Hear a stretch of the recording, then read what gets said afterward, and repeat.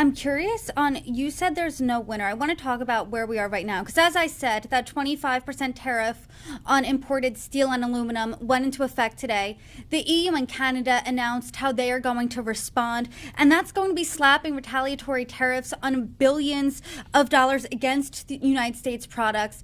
On Wednesday, President Trump said he intends to respond to that retaliation. So it's tit for tat. It's a ping pong game, back and forth, whiplash, really, as we've been talking about. Who is the winner in these types of trade wars?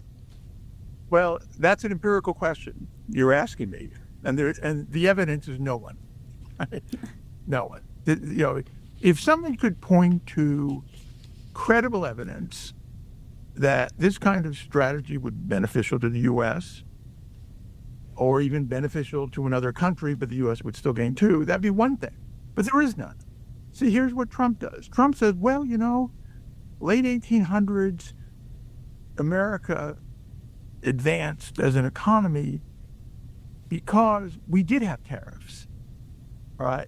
Yeah, and he doesn't want to engage with the evidence and serious scholars who've looked at this, who include what happened was, yes, the economy advanced, but it did so despite tariffs, not because of tariffs.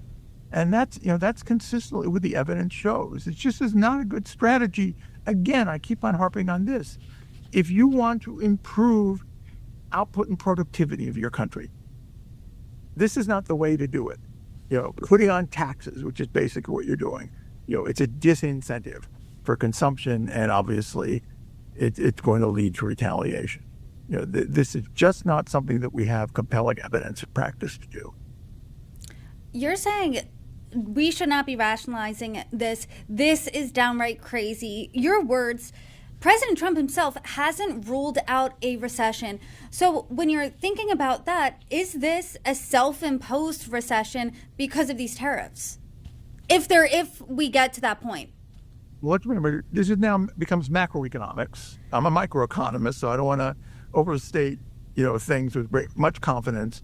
But we do know that a key part of recession is a fall in consumption, fall in demand, and if people and firms become uncertain, lose confidence in what's going on, decide to cut back consumption, firms say, I think we're going to cut back producing. You hear airlines saying, we're going to cut back. We think travel is going to be down. We'll probably cut back our outlook, certainly, and maybe cancel flights. So all this can just continue to snowball.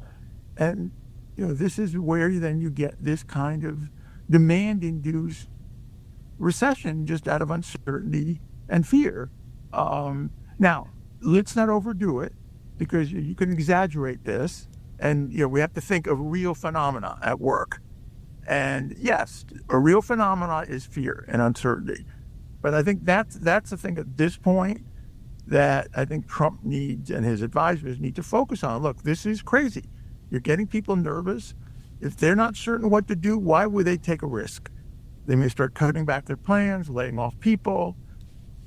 That snowballs. This is just not the way you want to really be running an economy. At the same time, let's forget, the Fed is in the middle of this.